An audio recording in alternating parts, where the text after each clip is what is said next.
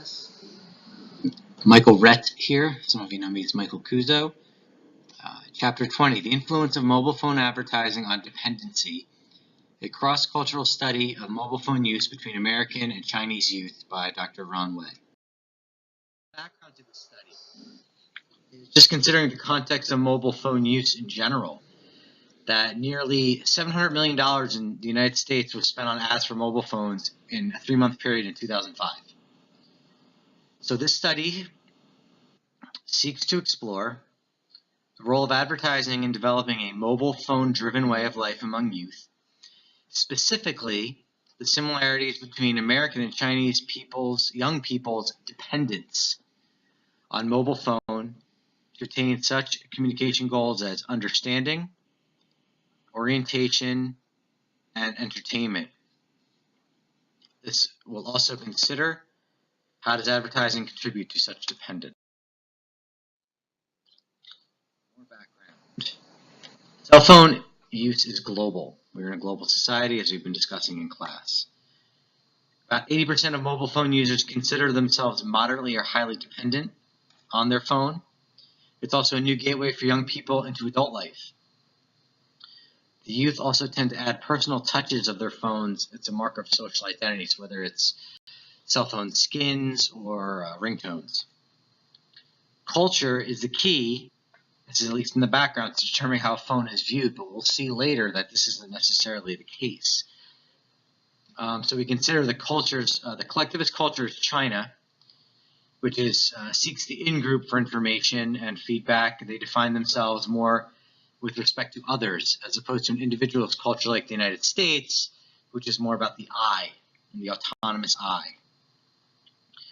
And globalization of technology, this may actually blur cultural boundaries. So it actually may change how this fifth point. So this study will shed light on the debate on how culture versus technology impacts globalization. Which reigns more, culture or technology? Literature review. Media dependency theory. This proposes that media, social systems, and audience mutually influence each other.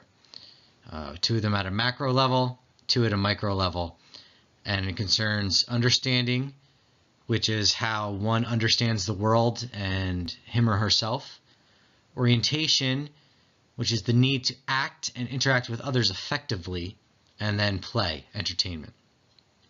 Dependency can be defined as the relationship which the satisfaction of needs or attainment of goals of one party is contingent upon the information and resources of another party. So a child is obviously highly dependent on a parent.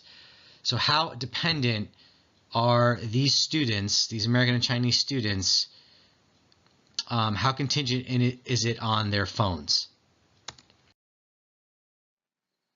So that leads us to RQ1. In overall terms, which group is more dependent on the mobile phone, American or Chinese youth? And RQ2.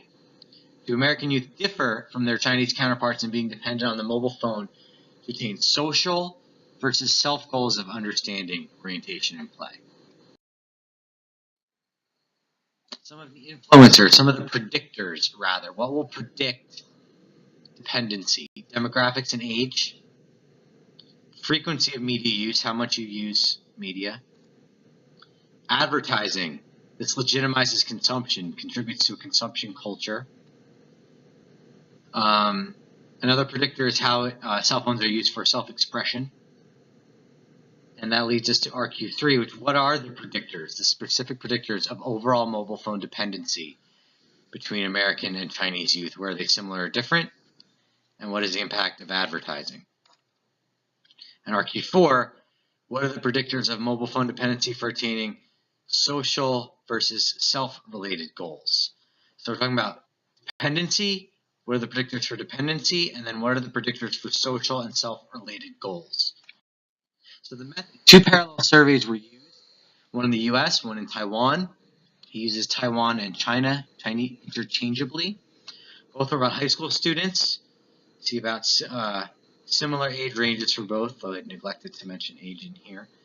The only major difference was that there was a much higher female sample in America than there was in Taiwan. So the dependent variable is mobile phone dependency, and that was based on a lot of these independent variables, which you'll see. I'm not going to go through them all. Some of the results are listed on the next slide, table 20.1 and 20.2, in terms of how the results are here. Those of you at 702, perhaps Dr. Brown will let you do something with that for extra credit. Other control variables are age, gender, years of study, race, and cultural values, individualism and collectivism. So we move on to findings. What was found based on this study? So basically, Taiwanese students adopted cell phone use before American students by 4 months. That doesn't seem to mean much, but it may. More interestingly, though, Americans generally spend more per dollar per month compared to Taiwanese students. And that's adjusted for current. Answer some of the findings for RQ1.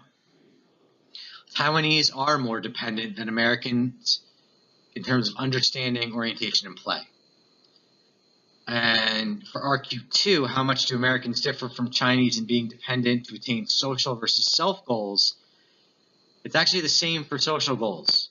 So both Americans and Chinese students use the mobile phone to attain social goals, how they present themselves, fitting in.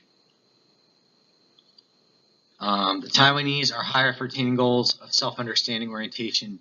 So basically, the Taiwanese are higher than the American goals. The Taiwanese use their cell phones to understand themselves more, for self-understanding, as opposed to socially.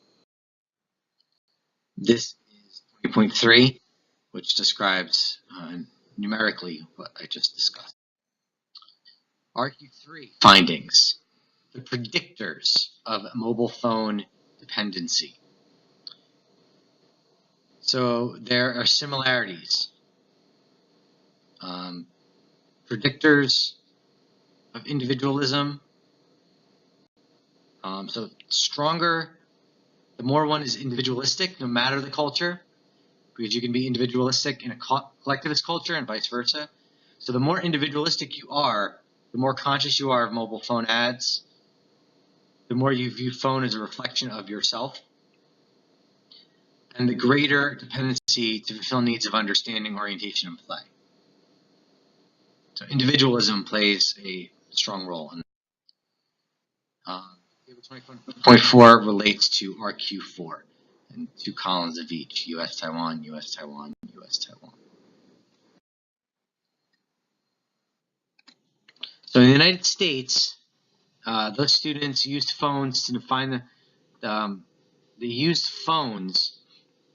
Their dependency on their phone was used. It was used more to define themselves, so symbolic use, and to make longer calls.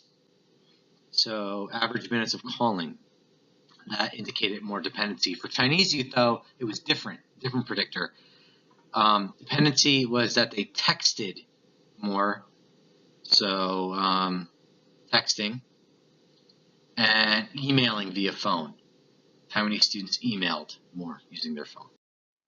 Okay, predictors regarding RQ4, which was being dependent on the cell phone for attaining social or self-related goals. So for both the United States and Taiwan, extended phone use was the most predictable. So students who had extended phone use were the most dependent to attain social goals. Individualism, consciousness of mobile phone advertising, and viewing the phone as an image of projected self were the same predictors in the United States and Taiwan.